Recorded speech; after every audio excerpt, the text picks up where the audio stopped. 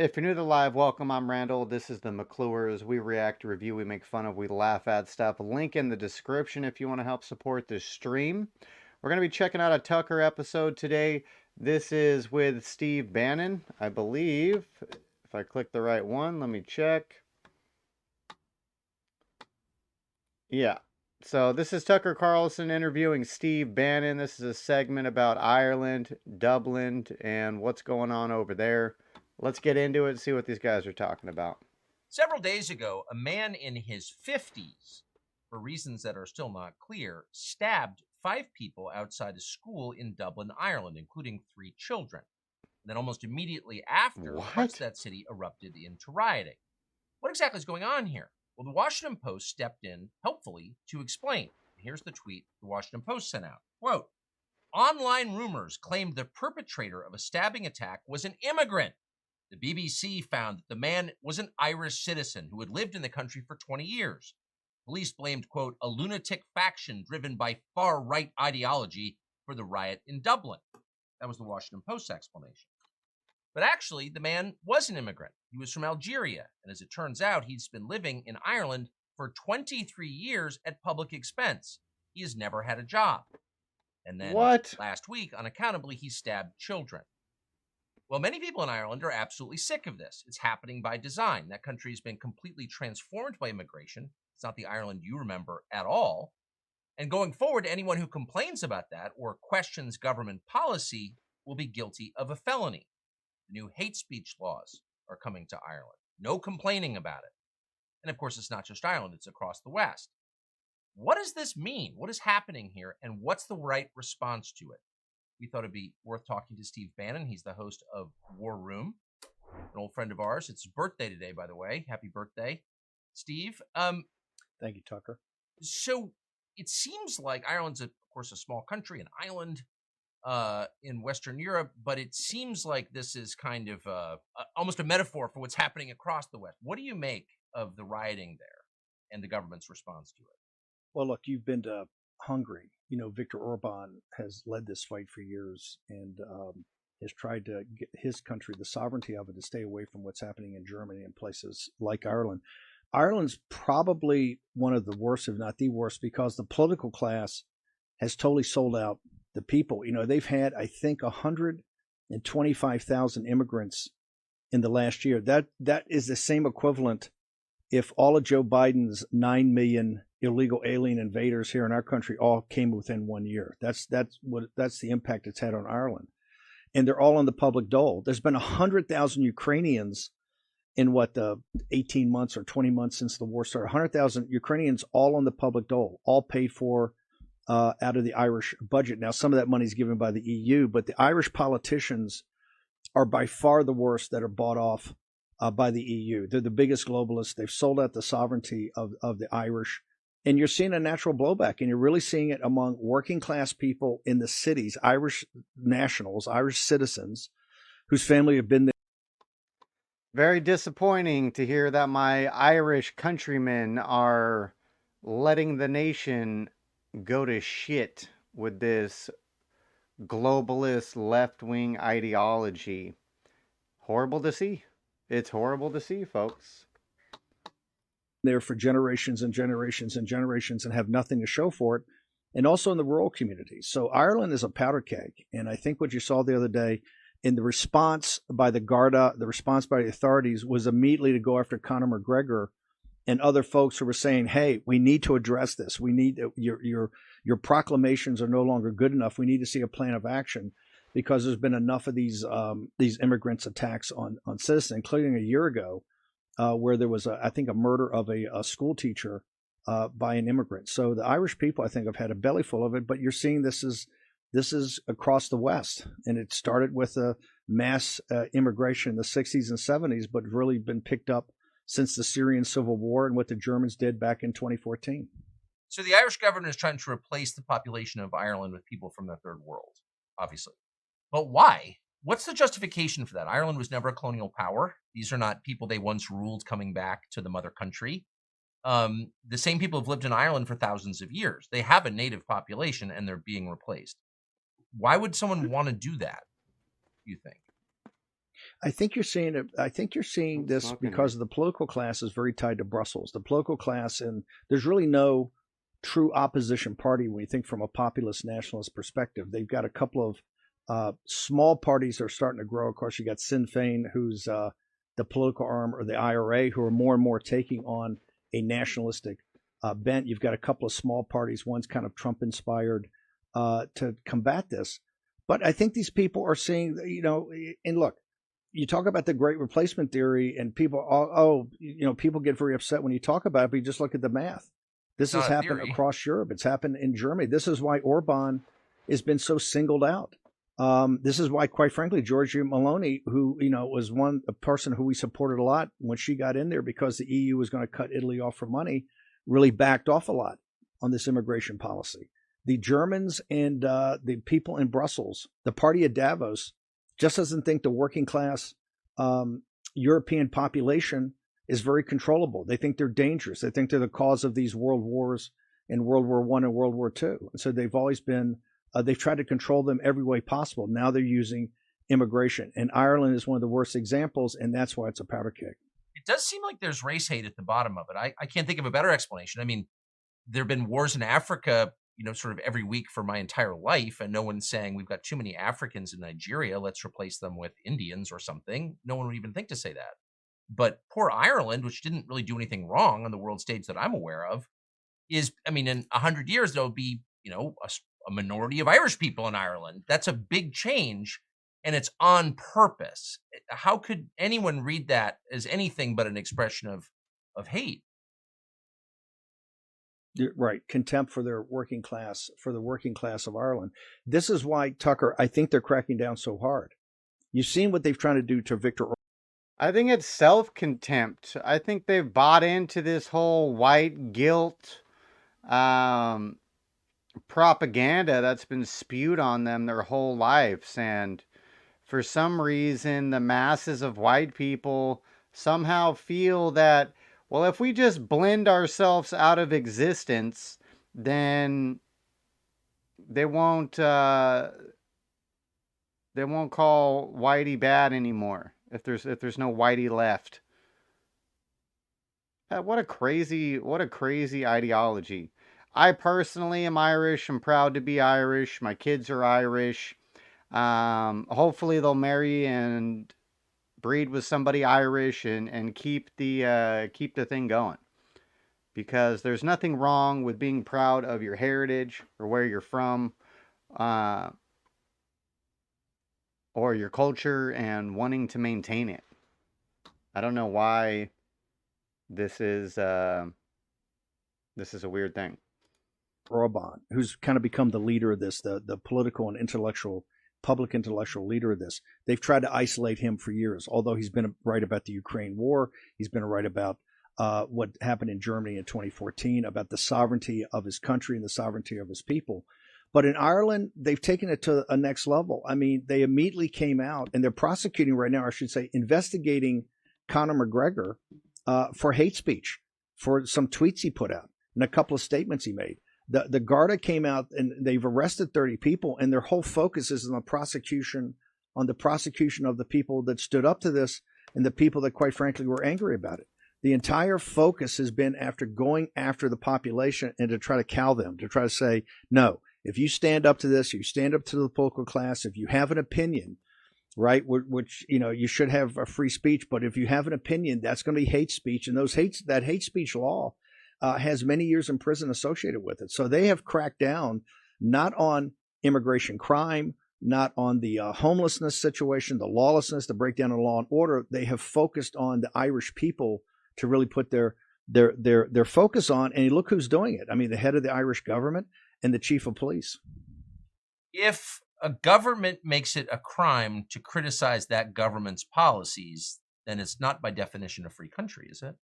I think you're fascism. absolutely correct, and I think you're seeing that here in the United States. I mean, as you know, you're hounded all the time. If you have a different opinion from the state, right, they're trying to criminalize that, and they're trying to do that every day here in the United States. It's one of the reasons that if they can't criminalize it to actually use the courts and the police state like the FBI to come after you, they'll basically partner with big tech to either deplatform you or to other you. We're seeing this here in the United States.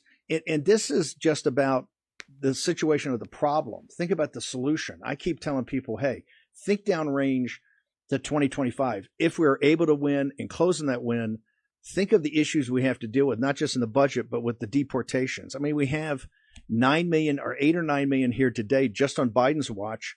Center for Immigration Studies says we're going to have another 6 million by the time we get to the election next year. That's 14 or 15 million. I think illegal alien invaders are coming because they've gamed the asylum system. My belief is those people have to go home. They have to be returned. They have to leave our country, or we're not going to have a country. You're going to see hate speech law. You're going to see, I mean, even the discussion about this over the last couple of weeks with the people at Project 2025 and Stephen Miller and others have all of a sudden got the media saying, oh, we're setting up concentration camps. This is going to be worse than the Japanese in World War II, all of that. And that's just even mentioning the concept of it. So the issue of how it happened, and it's happening every day in the country, is bad enough. And if you stand up to it, you know, you're called a nativist, a xenophobe, a racist, a domestic terrorist, a violent extremist. But if you even start to bring up what's going to happen for a solution, like in Midtown Manhattan, where you have to empty out the Roosevelt Hotel and those folks have to go home, it's going to get 10 times worse. And so I hope people that watch your show appreciate the fact, particularly maybe people that are not that political, that we're going to have, and not just turbulence, we're going to have a firestorm in this country that is going to pale in comparison, I think, to what you saw in Ireland last week. So, I mean, if you're born in a country where your ancestors were also born and you've paid your taxes and obeyed the laws and participated in civic life, voted, volunteered, sent your kids to school, supported the schools, I think it's fair to call it your country, right? And if your government, which hates you, lets in tens of millions of people illegally and then pays for their lives, it's fair to say your country's being stolen from you. I don't, is it not, or am I missing something? I don't think these are just like semantic Makes questions. sense to These me. are like deep questions of principle. I mean, isn't that fair to say? I think it's a question of principle. I also think you gave a speech the other day. It said, hey, it's just kind of common sense. People just trust your gut. People know that something's quite wrong here in the country and throughout many countries of the world. This is what you just laid out is pretty common sense. If your family's been here for many generations, you've helped to build the civic society, the underpinnings of this society by just being a good householder, by being a good citizen. If you've served this country, if you've paid the taxes, you have a stake in the country. You have something here. And obviously with, Ann Coulter thinks, she estimates there's 40 to 50 million illegal aliens here. We know there's 9 or 10 just on Biden's watch. If you just even talk about the mathematics of that, they come after you for a great replacement theory. What's obvious, just common sense of what's going on. You just look around and you look around in the great cities of the United States right now. I mean, Chicago is basically uninhabitable. New York City, Midtown, is virtually uninhabitable in many areas. San Diego Airport was taken over this weekend by, 400 or 500 illegal aliens who were here, who kind of came in asylum, but nobody, people are now, blue states are shifting them around, are paying millions of dollars to send them from Chicago to other places. It's obvious what's out there. The issue is who has the courage to step forward and say, okay, we have to have a program to stop this immediately. And we also have to have another program to basically get these people out of the country. We don't have a sovereign country. Even someone as powerful as you, at the time on, I would argue, the most powerful news network, were attacked viciously. And one of the reasons you were attacked is that to come after you and to say, hey, we can even get a Tucker Carlson if he brings this topic up and try to other him, that gets everybody else quiet. It puts fear in people. They don't want to talk about it at work. They're very concerned about talking about it on the campaign trail.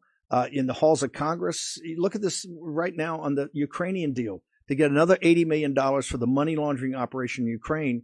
The Republican Senate is going to do a couple of cosmetic things on the asylum program just to try to sell it to the American people. There's no talk at all about really sealing the border right now. There's no talk about moving the House of Representatives down to McAllen, Texas, and you hold the House of Representatives there until the border's sealed, till the Rio Grande Valley's safe. Anytime it's brought up, it's considered a mortal sin to the globalist, to the uniparty. And they're going to make it only, this is one thing, and I'm sure I want to emphasize, this is only going to get worse. It is not going to get better. The Center on Immigration Studies says that we will have another 4 to 6 million illegal alien invaders under this gamed asylum law here before election day of next year. And already we know this is costing us $500 billion of money we don't have, and money, quite frankly, is not budgeted. That's why Eric Adams in New York, a sanctuary city, he wants a $5 billion bailout. And because the Republicans and the MAGA are saying, no chance, you're a sanctuary city, you asked.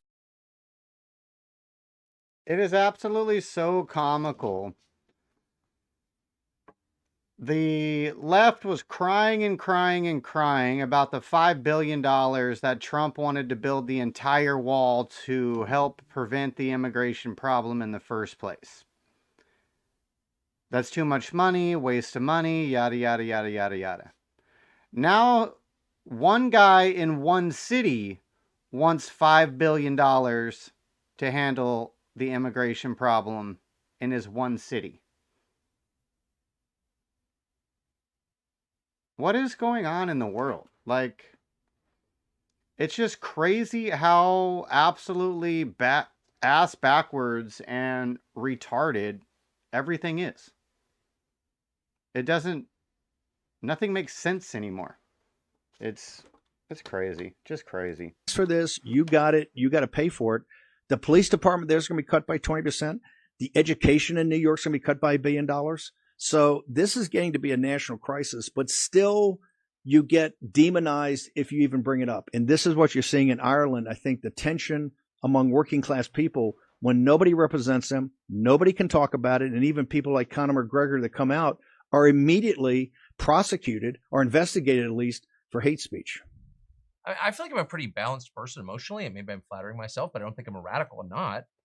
But look at what's going on. They're telling American citizens who were born here, have an abortion, go ahead, and end your life with euthanasia, make sure your kids are trans. They're basically doing everything they can discourage people from leading longer lives and having more kids. Here's some fentanyl, here's some SSRIs. And then they're telling the rest of the third world to move here. I mean, what's the message of that? I mean, the message seems really clear. Am I missing something? Why wouldn't people start to get very radical once they figure this out? And it's not hard to figure out. I think it's very clear, and also the scale of it. On D-Day in 1944, there was 150,000 men that hit the beach that day, right? And that's looked at as the biggest military movement in American history. 150,000 men. We have almost 2 times that every month coming across the border. We have equivalent of 35 combat divisions. Combat division being about 10,000 men. The scale of this is incredible. That's crazy. And there's no discussion about it. And obviously, they make everything, just like every Maoist revolution or every Marxist revolution, focus on breaking the nuclear family, and to make sure in this country, quite frankly, that people can't reproduce with anything like the replacement population, the number 2.1%. Or 2.1 children per family. And they not just welcome in, they have created a system, and they gamed an entire asylum system, which was set up to prevent this. That you just because of economic necessity are wanting a better life, which are wonderful things. And I don't blame the people coming up. If I was down in that situation, I would too, but that's not what our asylum system and immigration system was supposed to do. They purposely went and gamed that system, not just to make it easy as possible, but then to fully finance it.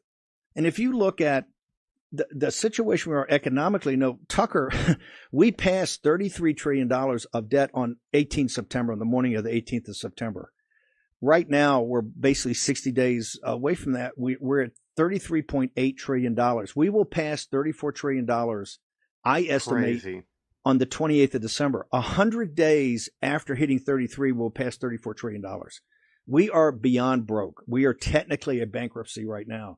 And we're doing this all in foreign money and just fiat currency that is created. And you see, look at Argentina. Argentina is the example of what's going to happen here in the United States. And yet we're letting in, 10 to 15 million new additional illegal alien invaders. This is exactly the plan that's been in place, though, for decades. Who's that creepy looking weird dude? Klaus Schwab, and that other creepy weird dude, George Soros. They've been talking about this plan for decades. Cause turmoil in shithole countries, which triggers migration to Western nations. Western nations go broke dealing with issue. It's a it's a good plan. Obviously, it's fucking working. But it's just retarded that we're all just sitting by letting it happen year after year after year. The corporate class wants it because they want to drive down wages at the lowest possible level. And quite frankly, they want bigger markets. They want more consumers. And so this situation is going to cause a political revolution in this country. This has been lingering out there and talked about. It was part of Trump's rise in 16. But the issue is 5 times worse today, both on the immigration part of it and the financial part of it. And so this is going to come to a head, not just in the 24 campaign. People in your audience, and particularly those under 35 years old, you're a Russian serf. You don't own anything, and you're not going to own anything. And the financial situation of this country is only going to get worse. And the confrontation with the invasion of this nation by illegal aliens, exacerbated by radicals and globalists, is going to be. If you think the protests they've got outside of Columbus Circle today is bad, you haven't seen anything yet. 2025 and beyond, and for years, there's no magic wand that you're going to sit there and this is going to go away. People have to understand this is like Damocles' sword over the head of this nation. And it's going to take us at least a decade of tough decisions, tough people, tough but fair people to sort this out. I mean, at some point, again, you just worry about unrest because they've kind of kept the lid on this by, threatening to arrest people, I suppose, but mostly by calling them white supremacists or anti-Semites or whatever. At a certain point, people are going to say, well, I'm actually not those things at all, and you're not going to intimidate me anymore, and you're wrecking my country, and you're attacking me for being white, and why would I put up with that? And they're going to get radical. Like, why would that not happen? I think that also, it's also a class thing. This is why I think you see many Hispanic men and many African American men now coming to the MAGA movement or the America First movement. One of the things that hasn't worked, they have demonized Trump and demonized this movement, is that we're trying to take democracy away. You're a fascist. I'm a fascist. We're the leaders of a new fascist program. Trying to take democracy when people away look at by themselves listening and to go, what hey, the population wants. I love that. Sorry, excuse me. When people look at it, they say, hey, I'm not a bad person. And I'm not asking for something that's terribly aggressive. I just want my community to be my community. I don't want to be flooded with illegal aliens that are taking jobs, causing crime, adding to homelessness. And quite frankly, we can't pay for them. We can't pay for their education. We can't pay for their health care. We can't pay for their housing. We can't pay for the stipend and the phones. We can't do it. And people look and say, hey, they're calling me a fascist every day. They're calling Tucker Carlson and Donald Trump and Steve Bannon and many, many others leaders of a fascist movement. Well, I don't feel like a fascist. I feel like it's common sense. I think that's the power of your speech the other day. You said, hey, just look around. Just trust your gut. Just look around and see. Something feels very wrong, feels very different in America. And if you even go back a few years ago to the debates we used to have in Obama's first term, they almost seem kind of naive. They seem very, Obamacare. And the scale of the problem's gone up. The complexity of the problem's gone up. And the viciousness of, I think, it's like the Bourbon aristocrats in pre-revolutionary France. They said, they didn't know anything and they didn't learn anything, right? That's the kind of uniparty public intellectual and the elites we have. They're dug in. And I don't think it's working. I think you're seeing that in the polling numbers. I also think you're seeing it in just culture. There's a change of people coming to our side, say, yes, we should put America first. And it's importantly, we should put American citizens first. And I think that's the big tectonic plate shift we're seeing. But man, it's going to be quite a fight for the next, 5 or 10 years. It's going to take that long to work through this. Last question. You've mentioned Conor McGregor a couple of times. So he's, of course, the MMA fighter.